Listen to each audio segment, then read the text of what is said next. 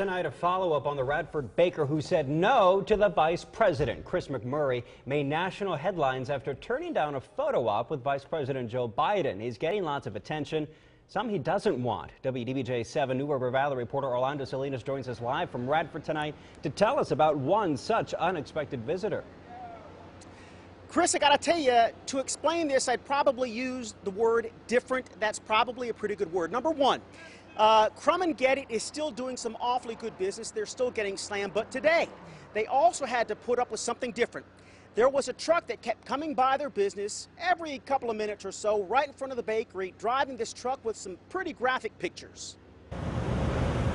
These folks are looking at a box truck as it drives past Crumb and Get It in Radford. What we won't show you are the graphic pictures of aborted fetuses on both sides. It was enough for one man eating lunch. It's terrible.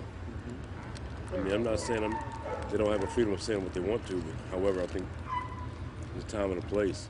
I don't believe this is appropriate. The driver said he drove 250 miles to buy cookies from Chris the baker and to push his own cause in front of the camera. Because you're not just here because you're here. No, again, we support this man's business and what he stood for, but we also know that we've got to educate America to who this unborn child is. I stand with my decision. Since Wednesday, Chris McMurray's life has gone from husband, dad, and baker to the man who said no to Vice President Joe Biden. Add to that Friday's odd occurrence, strangers with their own agenda, and for Chris the baker, it just piles on. I'm not an activist. I'm not a guy who's causing a big stink over issues that divide, that really divide the country. But you know, they have the right to parade up and down the street and park in a place they want to park and do what they want to do, just like I have the right to say what I want to say. Outside Crumb and Get It, we saw police standing across the street and down the corner, keeping an eye on that box truck and its driver. One lady said the message was fine, but not how it was delivered. The visual on there, you know, people bringing their children downtown Radford, I just did not think it was appropriate.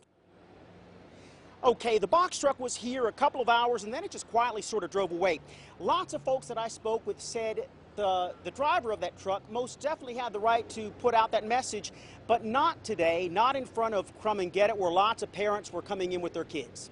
Chris? This is the most bizarre week probably in the history of Radford, and everybody apparently does get their 15 minutes of fame in the future. So, Orly, do you think this is the beginning of odd occurrences taking place at Crumb and Get It?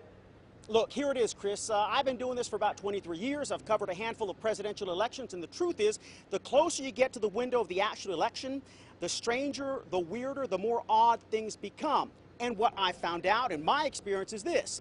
People usually try to attach themselves to whoever it is that is in the spotlight. In this particular case, it is Chris the baker. One quick thing to add on, Chris, Sure. if I could. Quickly. Now, we did a story the other day with Cafe 24. Yeah. They were upset that VP Biden didn't show up there. Now I understand that Democrats from all over New River Valley are going to be getting together at this place tomorrow at 6 to let these folks know they are supported. Chris? This time Friday. No one even knew. Okay. No one even Yeah. knew. The road to the White House, folks.